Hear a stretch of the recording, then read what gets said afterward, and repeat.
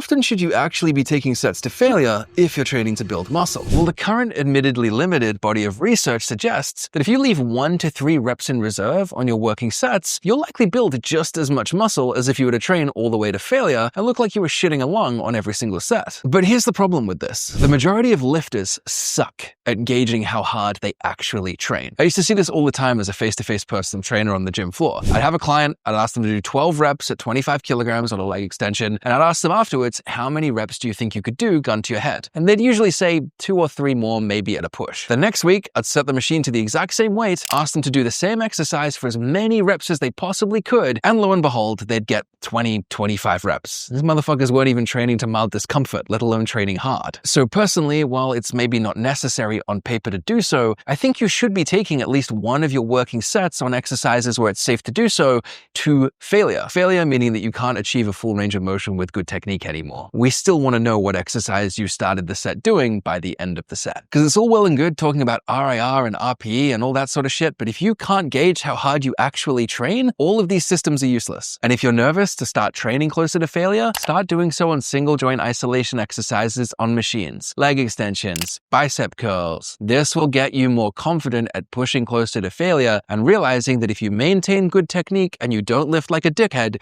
you are very unlikely to get injured. Drop me a follow for more training content. I'll catch you in the next video.